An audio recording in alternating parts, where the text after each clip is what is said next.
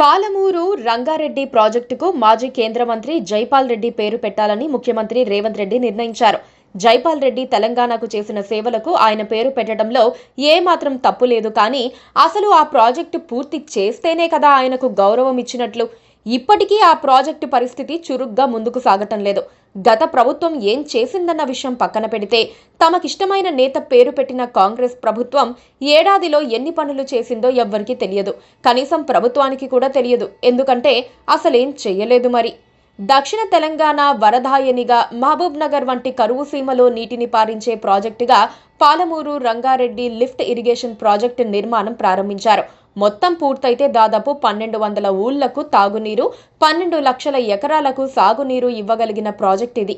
దక్షిణ తెలంగాణ సమస్యను తీర్చడానికి కృష్ణానదిలో మిగులు వరద నీటిని మోటార్ల ద్వారా ఎత్తిపోసి నిల్వ చేసుకుని ఏడాది మొత్తం అవసరాలకు వాడుకోవాలనే ఉద్దేశంతో మొదలైన ప్రాజెక్టు ఈ పాలమూరు రంగారెడ్డి ఎత్తిపోతల.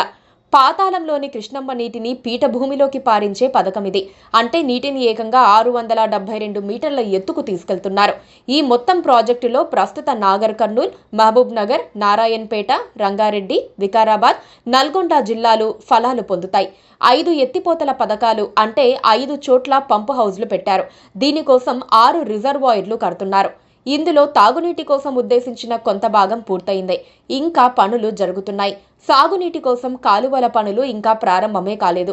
తాగునీటి నిమిత్తంతో పాటు భవిష్యత్తులో సాగునీరు తోడటానికి కావలసిన పంపు సెట్లను మొదటి దశలో నిర్మించటం ప్రారంభించారు. కేవలం కాలువలు మాత్రమే రెండో దశలో పెట్టారు.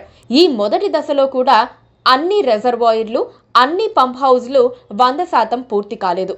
మొదటి విడతలోని నార్లాపూర్ పంప్ హౌజ్లో 9 మోటార్లు ఉండగా 3 మోటార్ల డెలివరీ పాయింట్లే పూర్తయ్యాయి. అందులో కేసీఆర్ ఒక మోటార్ను ఎన్నికలకు ముందు హడావిడిగా ప్రారంభించారు.